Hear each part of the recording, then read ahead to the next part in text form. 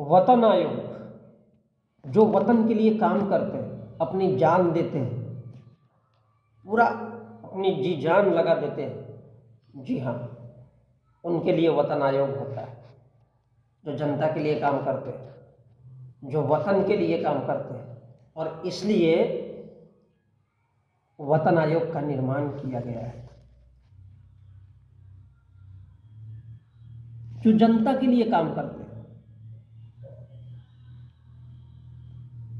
तो प्रथम वतन आयोग अंतरिम सरकार यानी एक अस्थायी सरकार थी। अंग्रेजों ने ये घोषित किया था कि अगर हम अपने देश ब्रिटेन चले जाएंगे, इंग्लैंड चले जाएंगे, तो आप लोग अपने कर्मचारियों को और इनको कैसे चलाओगे, कि तुम्हारे कर्मचारी कैसे रहना चाहिए।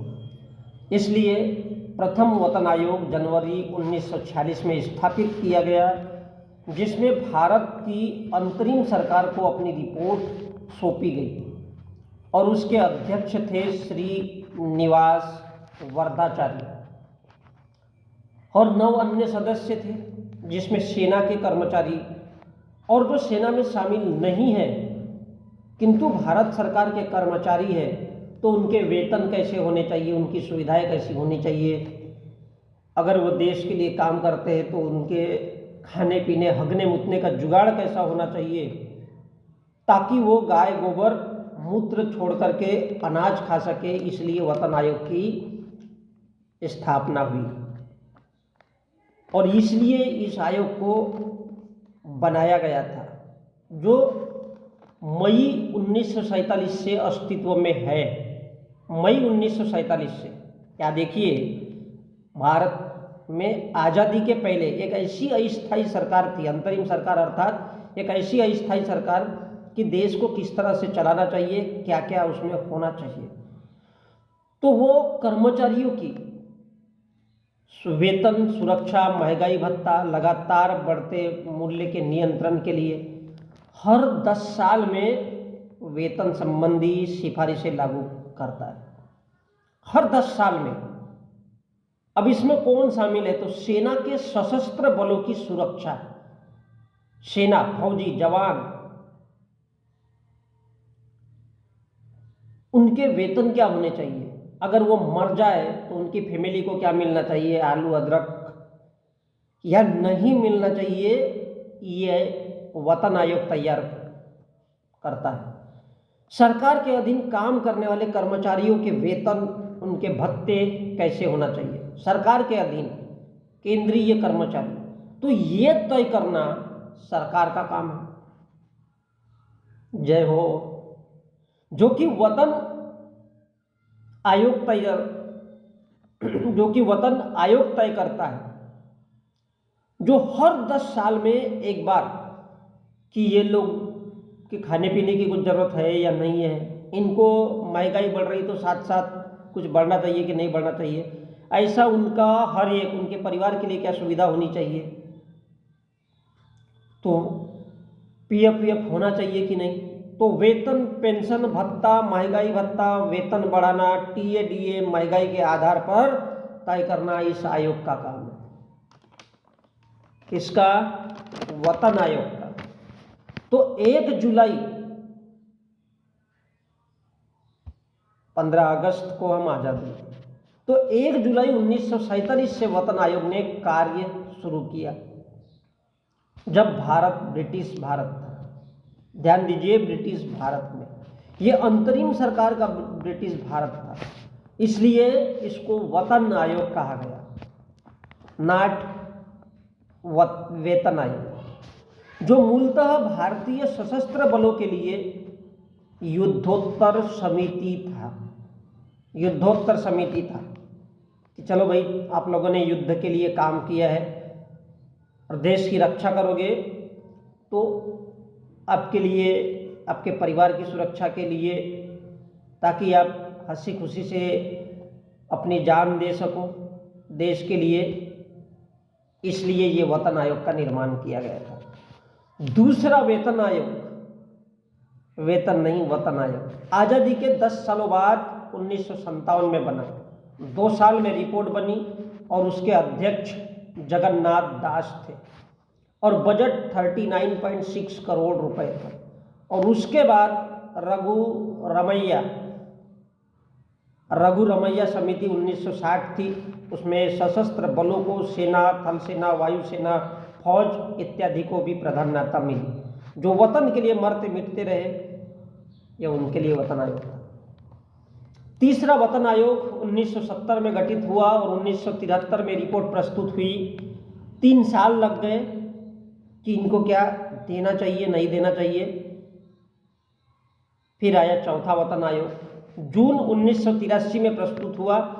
जब राजीव गांधी प्रधानमंत्री बने तो उस वतन आयोग में 1282 करोड़ रुपयों का वित्तीय बजट रखा गया केंद्रीय कर्मचारी और सेना के लोगों के लिए, जो कि सीमा सुरक्षा बल, सशस्त्र बल के लिए रैंक पे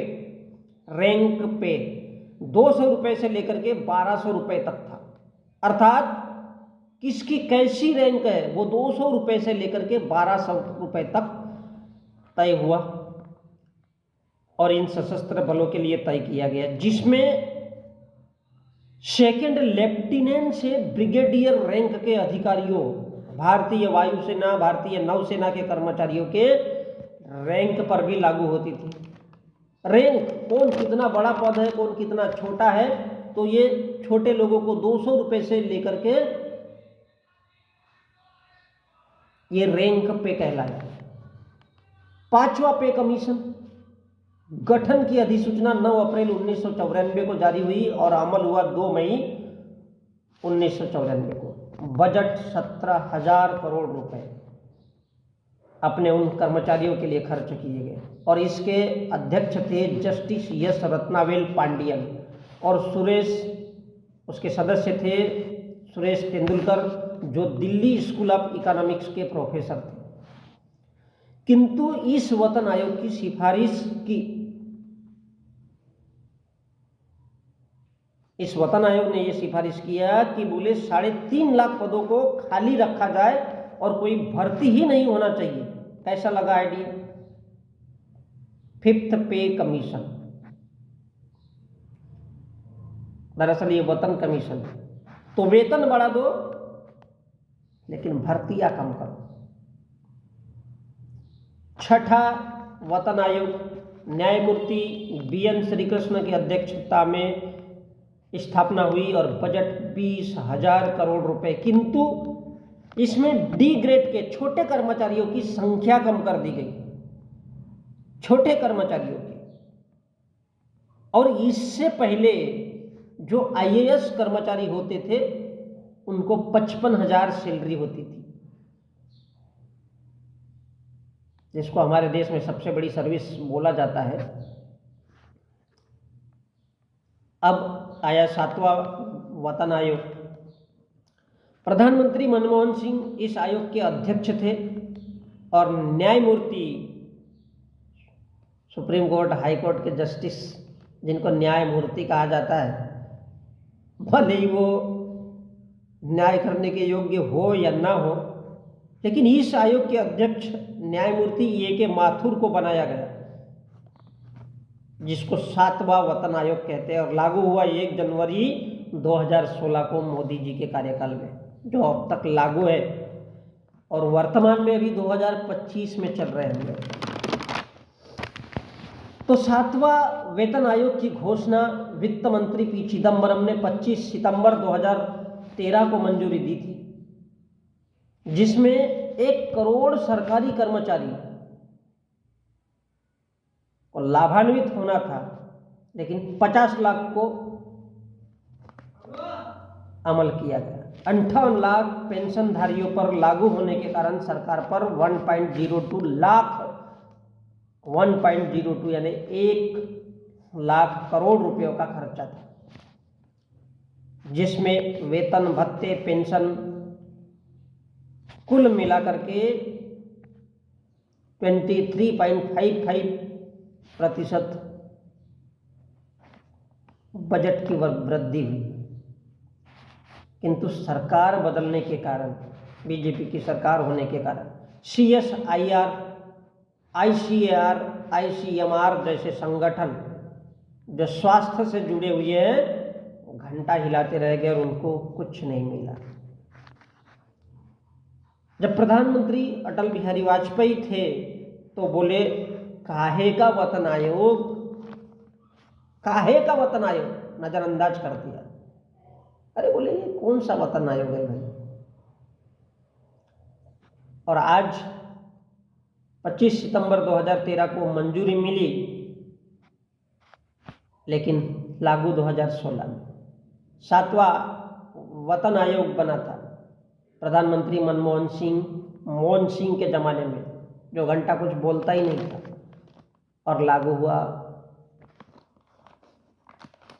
नरेंद्र दामोदर दास मोदी के कार्यकाल में। क्या घंटा मिलेगा, ये सवाल है। जनरल वेद प्रकाश मलिक पूर्व थल सेना अध्यक्ष, जनरल वेद प्रकाश मलिक पूर्व थल सेना अध्यक्ष और एडमिरल अरुण प्रकाश पूर्व नौसेना अध्यक्ष सहित 18 प्रकार के सशस्त्र बलों के प्रमुखों ने चीफ ने मोदी जी को पत्र लिखा। बोले मोदी जी कैसो, बोले 7वां वेतन ही लागू नहीं हुआ है, मारो कर्मचारी तो गयो। मोदी जी बोले यही तो मोदी की गारंटी है। अब बताओ केम छो। अरे हम तो प्रधान सेवक आरएसएस के हैं भाइयों। किंतु मोदी जी ने कोई विशेष बदलाव नहीं किया। ना ना ना, बोले सांग अबाउट अ वॉरियर। ना नागरिक कर्मचारियों की परवाह और ना ही सशस्त्र बलों की परवाह की। बोले हम तो प्रधान सेवक है जी आरएसएस के। जिसको समझना है समझे। तुम लाख कोशिश करो, तुम करोड़ों कोशिश करो, हम प्रधान सेवक आरएसएस के हैं। अपने हिसाब से वतन और मैट्रिक्स की चाल चली। अब साला फौजियों को कौन समझाए कि जो कुछ मिलता है वो साधुओं को मिलता है, संतों को मिलता है, उनके सगे संबंधी और चड्डी पहलवानों उनको मिलता है, क्योंकि सरकार ही प्रधान सेवक की है, राष्ट्र के स्वयं सेवक लोगों की है, उनके लिए है। और मोदी जी तो प्रधान सेवक जनता के नहीं है, आरएसएस के प्रधान सेवक है। तो आरएसएस के संघियों के लिए प्रधान सेवक है और इसलिए वो योजना लाए अग्निवीर। सालों फौजियों आग में जलते रहो, क्या उखाड़ लोगे भाई। तुम्हारा पिछवाड़ा जलता रहे। क्या औकात है साले फौजियों की। साले रात दिन बर्फ में धूप में तपते सड़ते मरते। वो 2 कौड़ी की नौकरी वाले फौजी जवान मर सकते। पुलवामा, उरी, पठानकोट, सर्जिकल स्ट्राइक, साले 2 कौड़ी के फौजी, 2 कौड़ी के साले जो अपने सगे फौजियों के नहीं हो सकते। किसी ने आवाज उठाई पुलवामा में, उनको आग में जलाना, अग्निवीर बनाना कौन सी बड़ी बात है रे दादा, कौन सी बड़ी बात है। वो दौर अलग था जब बयान सिंह जैसे फौजी ने इंदिरा गांधी को ठोक दिया था।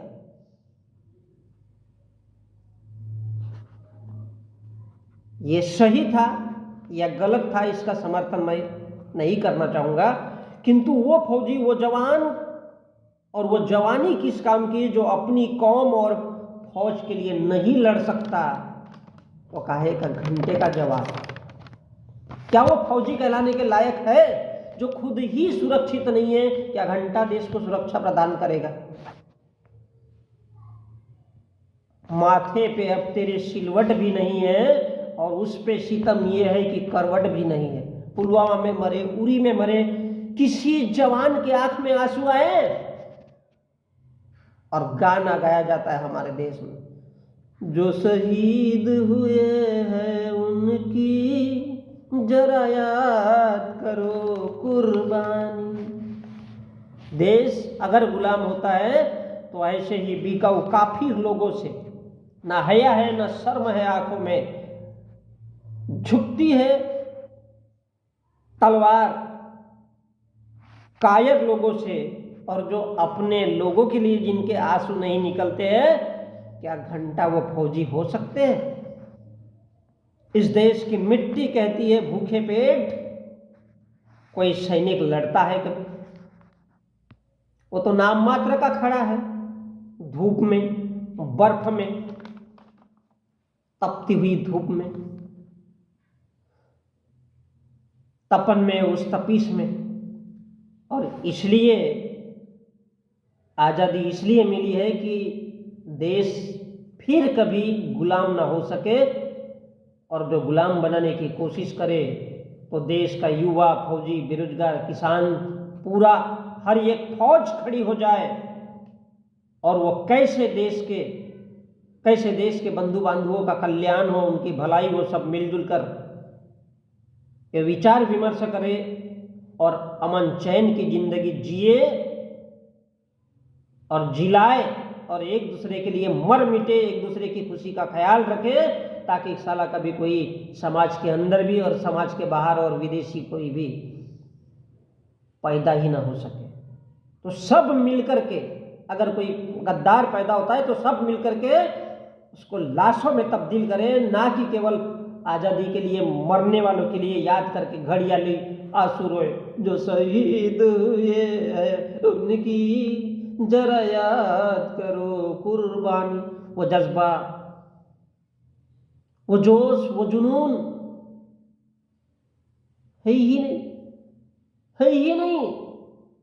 यहाँ तो लोग सोचते अरे मरता है तो मरने दे, फौजी तो मरा है साला पुलवामा में, किसको फर्क पड़ा है? उन फौजियों को शर्म लाज नहीं है तो देश के किस इंसान को शर्म लाज होगी? और यही तो पूरी पुलवामा, पठानकोट होता है, और फौजी जाम पे जाम का मजा लेता है। तक तेरी साला जाम पे जाम का मजा लेता है। और इसलिए 8वां वतन आयोग नहीं, सच में वेतन आयोग बैठाया गया है।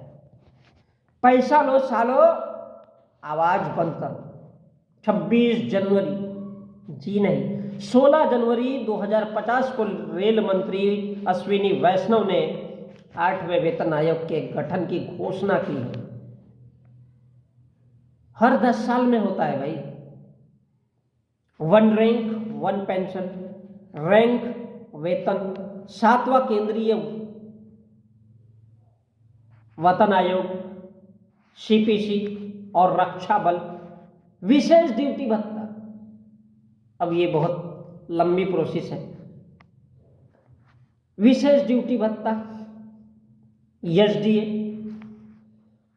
18 घंटे काम करो और वो ओवर टाइम के लिए तरसते रहो, और ओवर टाइम जब मिले तो बेटा एक खंबा लेकर के दारू पियो और सोए रहो, पड़े रहो।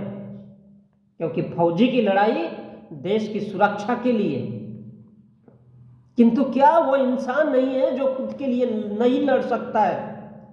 इसलिए वो फौजी नहीं, नौकर बन करके जीता है, इसलिए वो वेतन उठाता है, वेतन।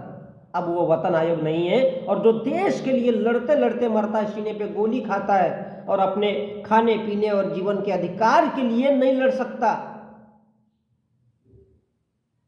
वो फौजी है जी नहीं, संघ का स्वयं सेवक है, आरएसएस का दलाल है।